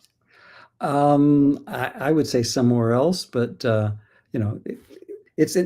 nothing new under the sun, right? So who knows if it originated on this planet or elsewhere? I guess I'm kind of leaning more and more to the perspective as like, is that the important question, or is the important question, what do those geometries really suggest? Not just the proportions like the golden ratio, which I think is fascinating and have been fascinated with it since, gosh, early 70s. But the idea of interconnectedness that, for example, the golden ratio represents is like, well, maybe there's an idea there that really could be the answer to not just intellectual curiosities about, megalithic sites and antiquity and history, but also what we're dealing with right now on this planet in eight plus or minus billion of us in the human dream. What if the principle of interconnectedness and the idea that there's a sameness that goes beyond the we-they paradigm, that the golden ratio is like a point or two, like the old proverbial finger pointing the moon. People worship the finger, when really the whole idea of the statue of the finger was, notice the moon up there. That's the finger's pointing to. But I think that what's being pointed to is the idea is if we're interconnected, and the golden ratio is the proportion, for the listeners not familiar with that, where if you divide a line in such a way that the ratio of the screen's backwards, that the long part compared to the short part is the same ratio as the total to the long part. And if you do the math, you get 1 plus the square root of 5 over 2, which turns out to be about 1.61803398874, and it goes on to infinity, because it's just, it's 1 plus the square root of 5 over 2, which is an irrational number. But what's interesting is the proportionality says that in a pentagram or a golden rectangle, or the ratio of the proportions of the apothem to the bisected side of the Great Pyramid, the face of the Parthenon, the United Nations building. I mean, there's countless examples where that's been used, both in modern times and antiquity. But that aesthetically pleasing ratio, I think my suspicion is that is really just a reflection of our intrinsic connection to the idea of interconnectedness. Right. And the idea that we're really all kindred souls, and if we can embody that in our thinking and question the divisiveness and the combativeness that we have, that's really a projection of our own split minds, and question the premises of that decision, that's an ongoing decision, we might just be a lot more peaceful, not just individually, but collectively at some point as well. Are you suggesting, and I've had this thought, I've always thought it was a twisted thought, but now you just let me know that I'm actually okay. What if we're all okay? What a radical concept. That the golden ratio was an after effect. In other words, the aesthetic, the pleasantness of it was created because it looked right, and then the math worked itself out later. Look, when you go in, what came first, the chicken or the egg? Okay, so when you stand in the king's chamber, all right. I hate to go back to the king's chamber, but it's something that everybody can relate to. Golden ratio proportions. It's 2, 4, and the square root of 5, right? Okay, can I be the host of the show for a second? Is it okay? Is it all right? Excuse me. Is this? You stand in the king's chamber, and I've done it alone. Okay, myself, nobody in there, and you stand in there and you look, and you see the divine perfection. It's at least 5,000 years old, and nothing has moved. Nothing. And it is so, right? It's divine. It's the best way to put it, right? It's like perfect. Okay. All right. You can accept that. But then you just go back and you go, when did they do this? Huh? Something's not right. because this is crazy engineering. This is crazy knowledge. This is big brain stuff. And you're saying that this was done 5,000 years ago without any drawings, any plans, any thought, any this, any that they just lugged this granite up here and slapped it into place and went, yeah, it looks pretty good. Let's keep moving. No, it can't be. To have the golden ratio in that room and it's that perfect. It's perfect. It's like brand new. It's insane to me. Mm-hmm. It's just absolutely insane. Yeah, it's quite remarkable. And it just begs the question. It's like, well, 5,000, maybe a lot older. And of course, what other things do we not know about that and so much more? And, maybe that's just the tip of the iceberg of well, if you remember, you brought up 1992, and that was a really big year with John Anthony West and Robert Schoch. And Robert's one of my dear friends, and I got pretty close with Jaws before he passed away. 1992 was a big year, and what ended up happening is they did their documentary. Right? Charlton Heston, right? That whole thing. Right. Yeah. And then they did, they were part of a press conference, went down in San Diego, the National Professional Geologists Union or whatever they do, association, they get together, for their annual conference. And Schoch presents his stuff. And the response to it was, look, and they were talking about the erosion, and that it pointed back to 10,500 BC and so forth. Mm-hmm. They said, look, nothing happened before 3,000 BC. The Giza Plateau was it. There was nothing before that. And when you get something, bring it to us, and then we can talk about it. But right now, 3,000 BC, Giza Plateau, and Mesopotamia, that's it. There's nothing else to discuss. Well, 3 years later, 1995, Göbekli Tepe, right? And Göbekli Tepe is officially dated at 10,000 BC. It's 12,000 years old. It's 7,000 years before Giza. And had Göbekli Tepe been discovered before Schoch and Jaws did their presentation and their documentary, then the geologists of the world, the anthropologists of the world, wouldn't have that argument to base it on, because there was something older, a lot older, 7,000 years. Yeah. So that shows you that whoever taught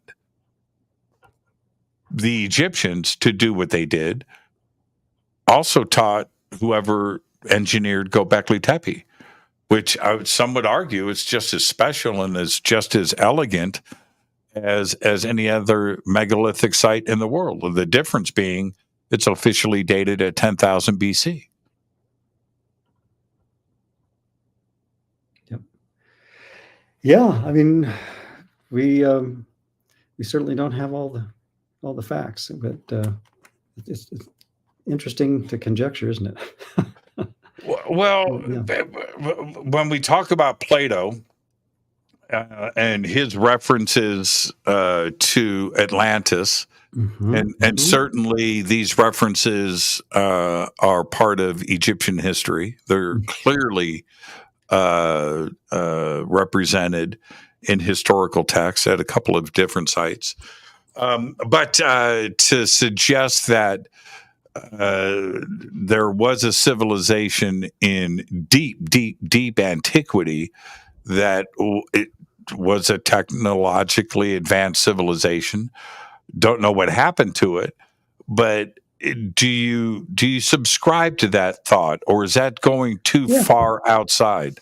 No, I think it makes a lot of sense. I mean, I think it's just as naive and provincial, a couple of fancy words, to think that we're the only intelligent life in the universe, is just as silly to think that there's never been civilizations that are as advanced as ours on this planet or even elsewhere in the solar system, for that matter. I mean, I don't think we've discovered everything yet, and it seems like there's a lot of evidence to suggest that maybe there's a cyclical pattern, and we could even learn from that cyclical pattern and not repeat some of the past mistakes if we were really paying attention. Yeah, Shock said to me once, he said, it used to be in academia, you couldn't say the A word, aliens. He goes, but now you can. But you can't say Atlantis, the other A word. Well, yeah, it's Plato talked about it in Timaeus. I mean, that was his commentary. I mean, I read it 50 years ago, so it's a little bit rusty in my memory. But I remember reading through it, and I remember reading, it mentioned it. There being a continent called Atlantis. Well, I want to just say that I'm not a historian. I don't consider myself an expert in those domains, but to me, it just seems like there's got to be something more to explain some of the things that aren't adequately explained. Just like Brian Greene said, right? You can ask the questions, but you got to be prepared for the answers. Yeah. Right. And it's just, I'm not saying it's all aliens. I'm not. Could be, but the facts are, I mean, for me, the fact is what we are taught is not the truth. And that's a hard pill for a lot of people to swallow. Mm-hmm. But the more that, the more interviews that I do and the more people that I, and I read and I study and I do all, and you go out and you see these things, it's the puzzle pieces don't fit. And it's weird. I don't have any answers. I would have thought that by now, and yourself included, right? When you spend this much time in the subject, that it's really weird. The goalposts keep moving, right? You get close, but it just moves further down the field. It's like it's like kick the can. Yeah.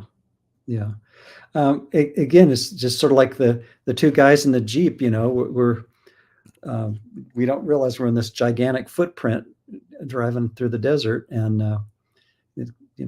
we need a loftier perspective, metaphorically, I think, to work. Well, okay. So what would freak out people more? To find out that consciousness exists outside of the body, or that consciousness is of the physical, and that aliens are real, but there was a civilization that went extinct 1 million years ago here on this planet. It's like all of these things are connected. Mm-hmm. And if these answers start to surface, right, and they start to bubble up, can we actually handle that kind of truth? Well, there's a movie that says you can't handle the truth, right? I forget which movie that was from, but we're all wrestling with it. It would seem in one fashion or another. We have all our pet theories and ideas, and I think that's part of that dualistic thinking. I mean, I keep going back. I mean, I love sacred geometry and all the things tied into the Great Pyramid and so many of those different metaphysical studies. But to me, my interest in those has grown arithmetically, whereas my interest in the non-dual metaphysics has grown geometrically, if that makes any sense. Yeah, just because it seems like in order to really understand from a more helpful level, I need to get my limited understanding out of the way and be willing to consider, like, I think where you're going with it is what if we open our minds to, as Brian Greene was saying, unforeseen flexibility to accept the answers. We need to really be willing to consider, well, maybe I, on my own, so there's a start is how can we work together to question our assumptions and then expand the boundaries of what we think, and then even go beyond that to question the very fundamentals of the assumptions. I think that's why those Hermetic laws of mentalism, correspondence, vibration, polarity, rhythm, cause and effect, and gender generation. They're pivotal ideas. But the very first one, if you get that one and understand that everything is mental, then I think that unlocks a whole lot of things. Is that I'm seeing a projection of a world that I'm making up, and everyone's basically fabricating 24/7, or maybe at the Planck time constant, about 10 to 44th times per second. We're collapsing the wave function and making a holographic movie that is so staggeringly realistic that we don't even question the basic premise. I mean, if anybody's seen the Matrix movies or some of those virtual reality films, we think, wow, what a cool movie. But you usually walk out of the theater and we don't say, well, what if that's not just a neat virtual imagination? Reality film. Yeah. Or like the Truman Show, or Groundhog Day. I have a whole bunch of favorite movies, but there's so many of them that. Inception is another one. It's like dreams within dreams within dreams. Edgar Allan Poe said, all that we see or seem is but a dream within a dream. And so I think it's important to keep asking the questions on the material level, but also ask the questions beyond the material level and say, well, what are the thoughts behind that, and how is that really possibly way more important than the specifics of the things that we're working with. But we need the specifics to get back to those first principles. Can you do all of that without becoming reductionist or deterministic and still have free will? I'm gonna go back to my favorite non-dual metaphysical book, Course in Miracles. There's that line in there that I really like. It says, I'm going to paraphrase as usual, your one remaining freedom as a prisoner of this world is the choice of the two thought systems, the inclusive thought system or the exclusive thought system. Right. And that to me has been very powerful, because when I catch myself going into we, they, and I'm basically demonizing demonizers when I'm going down that path, and it's like, wait a minute, I'm part of the problem instead of the solution. If I can catch myself doing that, whether it's my life partner loading the dishwasher a different way than I would do it, or some political figure, whether this country or some other part of the world, doing things that wouldn't be how I would do things. If I'm demonizing, I'm a demonizer.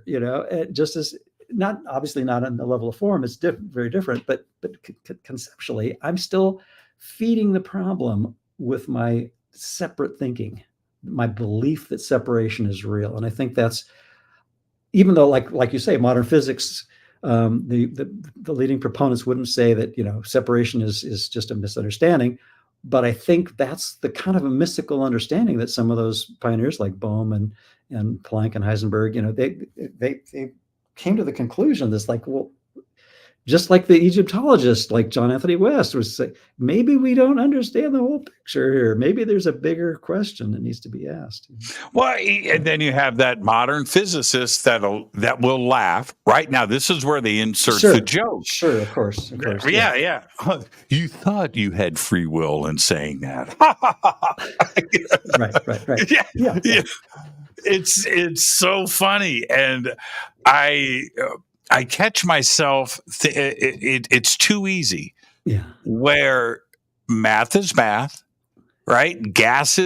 Noble gases are, and things happen the way that they happen. Mm-hmm. Boom, boom, boom, boom, boom, boom, boom, boom, boom, boom, right? Everything, all the way to you and I having this conversation right now. Right. And maybe on the level of form, that's true, right? Yeah. Right. So that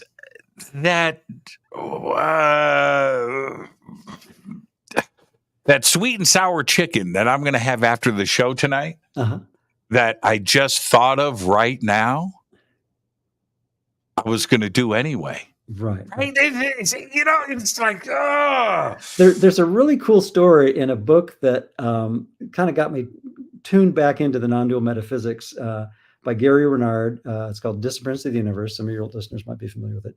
He had this mystical experience where he had these guides from his future take him mentally to a place that he hadn't been yet physically, called Cahokia, which was an ancient site in the middle of the U.S., where there was a mystical leader named Great Sun. Anyway, he was being shown this experience that he was going to have sometime in the future. And he had this incredibly lucid, vivid experience. And he, some weeks or months, I don't recall exactly how much later, he actually went to this place and had the identical experience. And he tried to change what he was doing behaviorally, and he couldn't do it. So there's the free will determinism thing. But the take-home lesson was he could change what he thought about the experience. Right. There's the freedom. There's the one remaining freedom as a prisoner of this world. Is if I can remember that I can choose how I want to think about everyone and everything, bingo. Suddenly that opens up a whole realm of freedom that I thought I had trashed. But you were going to do it anyway. Right. Maybe we didn't commit the impossible crime. Maybe we just had a dream that we did, What an amazing conversation tonight. Where can everybody catch up with what you're doing? Well, I have several websites. One is acimblog.com, which is about A Course in Miracles, and I have fun conversations with other kindred course students and teachers. The other one, probably of even greater interest to a lot of your listeners, is geometrycode.com, where I have all kinds of stuff on sacred geometry, interconnectedness, and it goes back quite a few years too. And a lot of fun stuff there in the archives. And I keep adding to both of those every month. And then a personal blog, brucerawles.com, which has links to those. And you're the editor over at ACIM. Yeah. At ACIM blog. Yeah. Yes. Yeah. Thank you so much. Oh, and thank you, Jimmy. Thank you. It's been a fun conversation. Yeah. Just a perfect show and a great way to start the week. Thank you so much, Bruce. And now stay cool out there in Tucson. Okay. I will do. I'll talk to you. Really enjoyed this. Thanks. So good. Bruce Rawles. And now Bruce's links are below. We've got him over on the website and throughout social media. What a great, perfect conversation tonight, and an amazing way for us to start out the week. I do want to remind everybody, tomorrow night, Freddie Silva is with us, and we're going to be doing that thing tomorrow night. I'm going to get in Freddie's head. Yep, that's right. And get that secret ancient history. That's what we're going to do tomorrow night. What a perfect show. Thank you, Bruce. Fade to Black is produced by Hilton J. Palm, Renee Newman, and Michelle Freed. Thank you, Bill. Thank you, Jessica. Thank you, Jonaside. Thank you, Dex. Thank you, Dennis. Thank you, Kevin. Webmaster is Drew the Geek. We got a new website that's about to launch too as well. You guys are going to love it. I'm approving things as we speak. Music, Doug Aldrich. Intro, Spaceboy. Spaceboymusic.com. Fade to Black is produced by KJCR for the Game Changer Network. This broadcast is owned and copyrighted 2024 by Fade to Black and the Game Changer Network, Inc. It cannot be rebroadcast, downloaded, copied, or used anywhere in the known universe without written permission from Fade to Black of the Game Changer Network. I'm your host, Jimmy Church. Until tomorrow night with Freddie Silva, I want you to be safe. Go back, Lee Tappy.